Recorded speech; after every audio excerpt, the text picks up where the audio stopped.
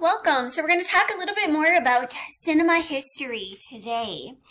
Today we're going to focus a little bit more on the silent era as well as animation. So classical Hollywood cinema was between 1908 and 1927, and as I said yesterday, there were numerous silent films made during this period.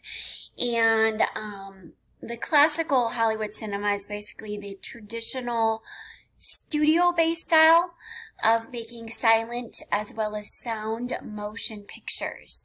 And this type of cinema is built on the principle of invisibility. So the movie's form doesn't call attention to itself. The mode of production was very standardized, which ensured a uniform style for each studio. Alfred Hitchcock said that silent storytelling was storytelling in its purest form. He said that the worst thing a director can do is say, "Oh, we'll cover that with a line of dialogue." And if you watch his films, you'll realize that he does spend quite a bit of time focusing on setting up the story without using dialogue. Silent movies establish trends that we still see today. They can appeal to all socioeconomic levels, and they stimulated popular imagination. The most successful American silent features were like the epics, melodramas, comedies. Actors like Buster Keaton, Charlie Chaplin, Stan Laurel and Oliver Hardy were very popular. A little bit about Buster Keaton. So he lived from 1895 to 1966. He was born on October 4th, 1895. His parents were Joe Keaton and Myra Keaton, and they were vaudevillian comedians. So he grew up very familiar with the stage. His parents traveled with a show that included Harry Houdini, and the nickname Buster was given to him by Houdini. Keaton had to break up the act due to his father's increasing alcohol dependence, which made him a show business veteran by the age of 21. He had a sort of chance run-in with a very successful film star and director, Roscoe Arbuckle, whose nickname was Fatty. And this resulted in Arbuckle inviting Keaton to be in his upcoming short film, The Butcher Boy. And this appearance launched Keaton's film career and spawned a friendship that lasted until Arbuckle's death in 1933. In 1921, Keaton married his first wife, Natalie Talmadge, and they had 2 sons together. They divorced in 1932, and Natalie refused to allow their sons to have any contact with him. Depressed, penniless, and out of control, Buster Keaton was fired by MGM in 1933 and became a full-fledged alcoholic. He met his second wife, May Scrivens, a nurse, and they married quickly in Mexico. They divorced in 1935. In 1940, he met and married his third wife, Eleanor Norris, who was deeply devoted to him and remained his constant companion and partner until his death. He struggled during this time professionally, making several low-budget films, acting in uncredited parts, and consulting on other films. His last film was A Funny Thing Happened on the Way to the Forum, filmed in 1966, and this was released 7 months after his sudden death from lung cancer. The most renowned of Keaton's comedies is Sherlock Jr., made in 1924. which used cutting-edge special effects that received mixed reviews, as critics and audiences alike had never seen anything like it. And they didn't really know what to make of it. Modern-day film scholars liken the story and its effects to Christopher Nolan's Inception, for its high-level concept and groundbreaking execution. Charlie Chaplin lived from 1889 to 1977. He was born in England. His father was an actor. His mother was a singer and actress.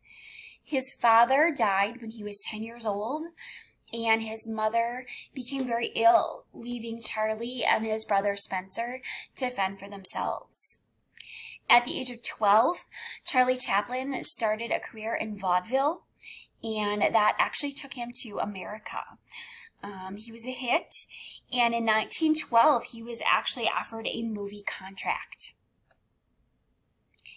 Charlie Chaplin's first wife was Mildred Harris. They were married from 1918 to 1920.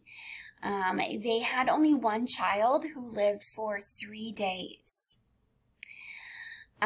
His second wife, Letitia McMurray, he was married to her from 1925 to 1927. They had 2 sons, Charles Jr. and Sidney. And Charlie Chaplin's third marriage lasted from 1936 to 1942 to Paulette Goddard. And in 1947, he married Una O'Neill. They had 8 children. Charlie was a composer, a musician, author, actor, and a director. And he passed away on Christmas Day in 1977. Stan Laurel lived from 1890 to 1965, and Oliver Hardy lived from 1892 to 1957. So they were the comedy duo Laurel and Hardy. Stan Laurel was British. His father was a British showman. He came to America in 1910 as a member of the Fred Karno musical comedy troupe. Oliver Hardy was from the United States. He found work as an actor in Jacksonville, Florida. And by the mid-1920s, he had worked as an all-purpose comic at the Hal Roach studio. Their partnership began in 1926, and within 1 year, they were touted as the new comedy team. They ended up forming their own production company. By the time they produced their first true Laurel and Hardy film, Ollie was already 35 and Stanley was 37. Stan Laurel was married 4 times. Oliver Hardy was married 3 times. And including guest appearances, Laurel and Hardy made 106 films together. So what I'm going to ask you all to do is to take a look at these 3 short clips of each actor, okay? And then you're going to, I talk a little bit about animation.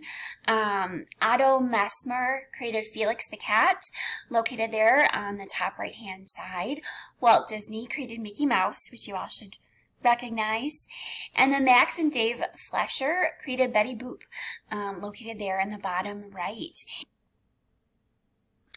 Okay, so what I'm going to ask you to do next is to, I have to move the screen up a little bit, is to choose, you've watched some of the shorts by each of these actors, and I'm going to ask you to choose one more to watch. So either 1 Week by Buster Keaton, The Dentist by Charlie Chaplin, or The Second 100 Years by Laurel and Hardy.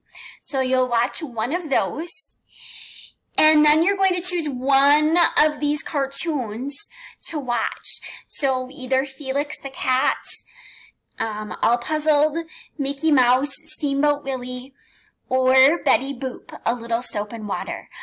So you'll watch one of the actors and one of the cartoons in addition to having watched already these 3 short clips. And that will be due again Friday by 11:59 p.m. If you have any questions, please let me know. Good luck!